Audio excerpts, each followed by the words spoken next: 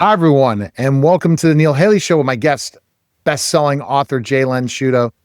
Len, now you're going to give us some ideas militarily of what's happening with the seas because you were in the sea. So you understand specifically what's happening with Venezuela in different ways with a different perspective than some other people do. Am I correct? Yeah, okay. Some of it changes a little bit on a day-to-day basis. But I'll go back to 2020 to 2024. Prior to that date, 2020, we were buying 8% of oil from natural resources in a way of crude oil from Russia, none from China, 4% like from Iran, and the rest from the United Arab Emirates. And then when President Biden came in, he shut down, if you remember, American oil production, and we were buying 13% from Russia. We were buying 8% from China. And by the way, China has no natural resources in the way of crude oil. And we were buying 8% from Iran and then a larger quantity from the United Arab Emirates. So now, when Trump took over, we started the American industry up again and increasing production. And we're back to buying 8% from Russia, none from China, although China is upset with that. 4% back to Iran, and the decrease in purchasing price and amount from the United Arab Emirates has decreased as well. Now, one of the things that is a hypothesis, and I haven't been able to prove it, but after we hit Iran and took out their nuclear facilities, there was a pact grew between four countries, and it was Russia, China, North Korea, and they added Iran. In my opinion, the snake now has four heads, not three. And Iran at the same time was selling oil to China, and in addition to the Venezuelan oil that they had. And then what China was doing was jacking the price up and selling it to us. Now, you and I both know that in 2020, there was an arrest. I forgot what the actual name is for it, Neil. You can probably fill me in here, but they knew that Maduro was dirty. They knew he was a criminal, and they issued the warrant for his arrest, and he fled the country. Now, the other aspect of this that people are saying recently, we went in and we took Maduro. That's national news. Everybody pretty much knows about that. When we took Maduro, people were saying that's because he wants the oil. That is not accurate, and I will explain why. 2 days ago, again, President Trump authorized $3 billion to be sent to Venezuela to stabilize their economy. The reason that he did that is because Venezuela is being blocked, and China is getting no oil from Venezuela anymore. So the only oil they're getting now is from Iran. What I'm concerned about here, and I haven't been able to prove, is that Iran is selling the oil to China and China is selling it elsewhere. I believe under the table, China is providing Iran with possible nuclear material to develop nuclear weapons. I can't prove that because I haven't found the documentation for it, and I haven't heard any discussion about it. But if that's happening, obviously it's going to be very covert, and we're not going to know about it until our government makes a move on it. The Venezuela oil is billions of barrels. They're going to be able to sell it on the market once the economy is stabilized. As well as I do, for the last 11 or 12 years, Venezuela's been a corrupt country. So I think it's going to take some for that country to clean house, so to speak, if they decide to clean house. Now, there are 11 ships blockading Venezuela right now and preventing ships from going into Venezuela to either unload or offload oil. Yesterday, a Russian ship led by a Russian submarine was blockaded and boarded by the United States Coast Guard in Venezuela, Wow. in the blockade. The other aspect of all of this is today, if you haven't read the news, President Putin in Russia launched a hypersonic missile into the Ukraine, and President Zelensky, has contacted the White House and asked for a response from President Trump. Now, one of the things that, if you've done the research, and it's public information in Google, if you were to put in a hypothesis, and I wrote this in one of the things that I sent out as an email, is if China were to launch a hypersonic missile from their east coast along the ocean front, along the Pacific, and target a port on the west coast of California, the launch time to detonation time, depending upon the geographical location that's targeted, 28 to 30 minutes. That's it. Now, try to imagine that speed from some portion of Ukraine being hit by a hypersonic missile from Russia, which is close territory. And I think personally, I can't document it because it's too soon, but I think things are going to escalate over there between Russia and the Ukraine. And one of the other things that's been happening is they've also been doing what I call photo recon missions over Poland. And I'm very uncomfortable with what's going on.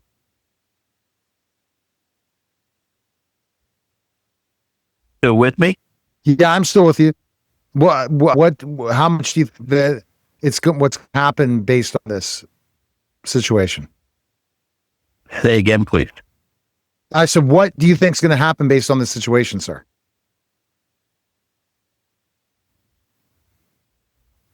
I don't think Putin is ever going to stop because he needs the Crimea because that's the entrance to the Mediterranean Sea. Right now, if you look at Asia and Russia, the only way they can get into the Mediterranean to sell any products at all, i.e. buy oil from Iran, is to come through the Crimean. So they've got to hold on to that portion of the Ukraine. I cannot tell you what's going to happen with the hypersonic missile business because, as an example, we've always had sufficient time. Any time that we thought there was going to be an attack to the United States, there's always been sufficient time to identify the aggressive projectile, I'll call it, and there's always been sufficient time to bolster defenses and sufficient time to eliminate that projectile. I'm not sure about today. I don't have the information and I don't have the documentation. I have to tell you, it makes me very uncomfortable. I'll put it that way. I think it makes you uncomfortable because of national security. Really, you never know. And you said that lots of wars were based on natural resources. The other aspect that I will mention is we've been very friendly and supported the Philippines. We've got military bases on Guam. Those have been maintained by and friendly by the United States because any aggression that comes from the west side of the Pacific, those areas are what I call early warning sentry countries and islands. Anything that comes their way, because we have a presence in both of those, Guam and the Philippines, we know that there's something coming. The reason President Trump isn't because he's power hungry, isn't because he wants to be a dominant person. He referenced Canada, he referenced Greenland because of what's going on in the Arctic Circle. Right now, I'll mention this. In 2020 to 2024, Russia had 3 military bases inside the Arctic Circle. The United States had none. Today, they estimate that there's going to be in excess of 20 to 30 military bases because that are Russian. Because they've reactivated air bases, they've reactivated military stations, they're building military bases for ground troops, they're beefing up. And one of the things that if you do look at it in the unclassified material on the computer, they have a goal, their personal goal is to have complete control of the Arctic by 2035. Now, if I said today that there are 20 to 30 or more military bases that are Russian inside the Arctic Circle, the United States has no choice but to create military bases inside the Arctic Circle. And the number can be anywhere from 10 to 20. that means we're still outnumbered inside the Arctic Circle. But any kind of aggression that comes out of the Arctic Circle, Canada and Greenland are critical to the defense and the national security of the United States, because those countries could be, again, early warning sentry countries to support and help us with national security.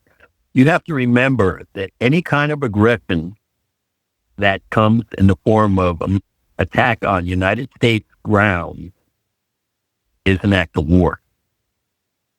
An act of war, that means things escalate, countries get involved, people die, countries get taken, like the Ukraine is happening in the Ukraine. And it's not a good thing, because if the next war is the nuclear war, it's the elimination of the human race. And I'll tell you why. When a nuclear device goes off, there are radioactive particles. Those are called radionuclides. Cobalt-60 and the nickel radionuclide are the worst, and I'll reference cobalt-60.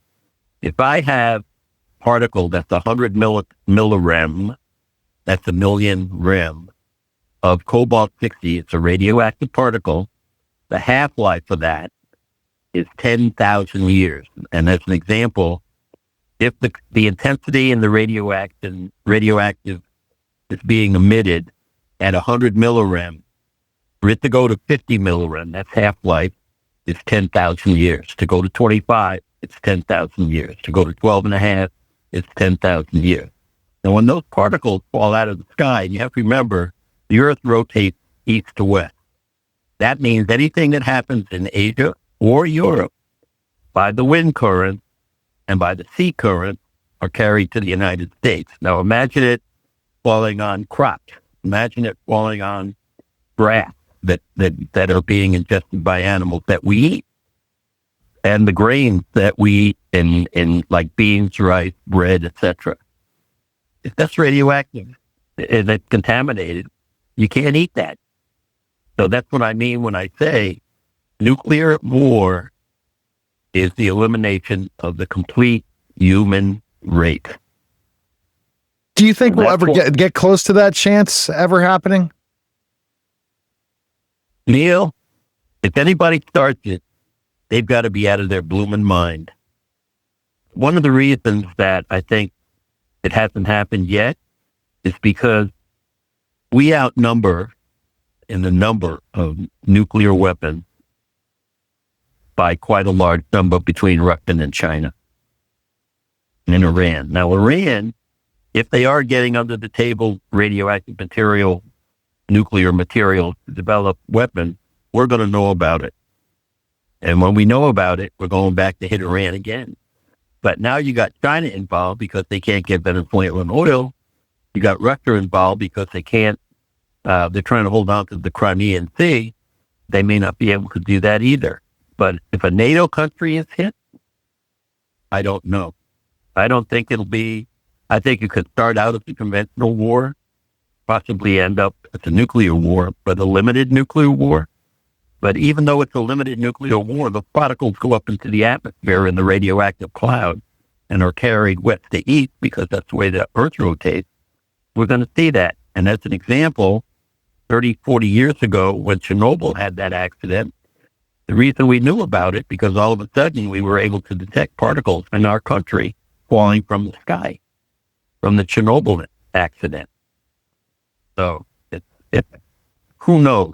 But whoever, if it happens, the people that started it, I believe, are fully aware that they know that it's the elimination of humanity as we know it.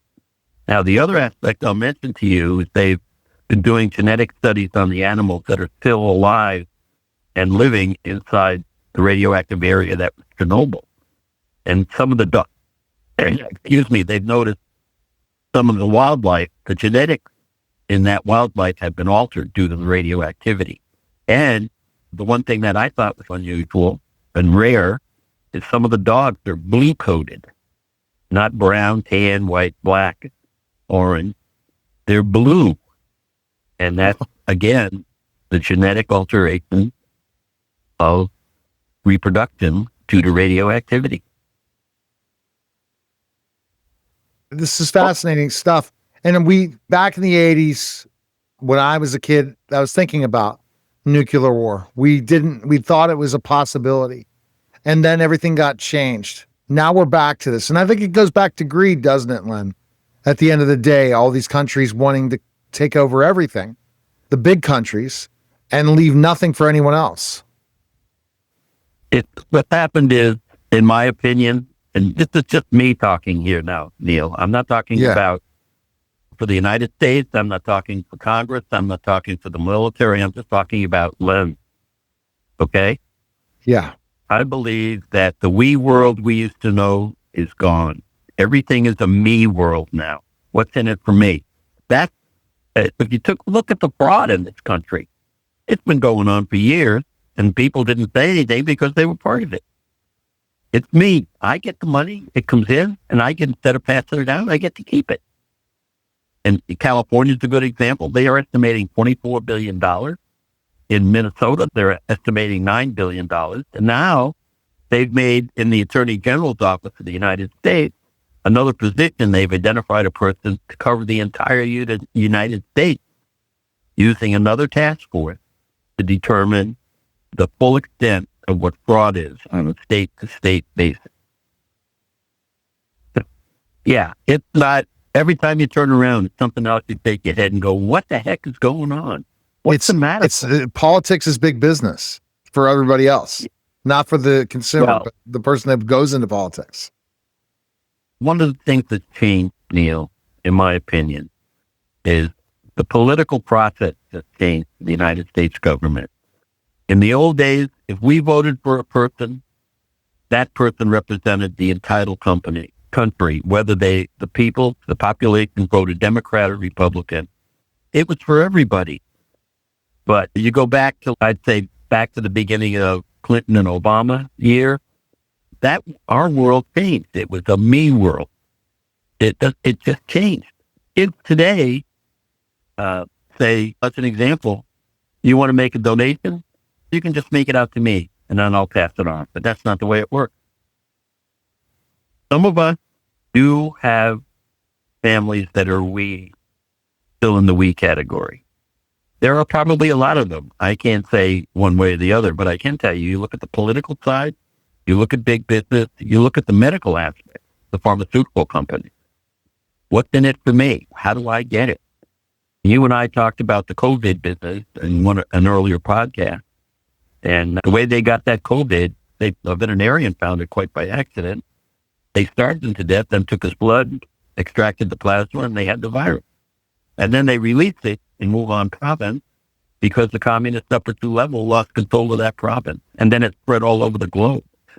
And in the latest thing I wrote, they estimate this year alone that 1.1 million people have possibly died from the result of COVID.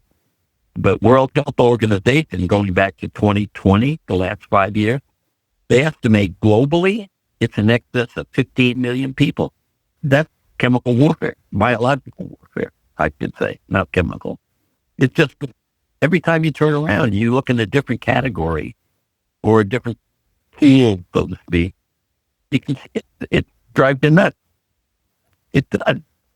And one of the reasons I started writing the book was not only to support 2/3 of book royalties go to E1 and E4, Navy and Coast Guard. Those poor people, if it wasn't for the junior enlisted people in all 5 branches of the military, we wouldn't have a military because somebody's got to be able to carry the rifle, to do reconnaissance, be a sniper, et cetera, et cetera. You don't have those people. We don't have military.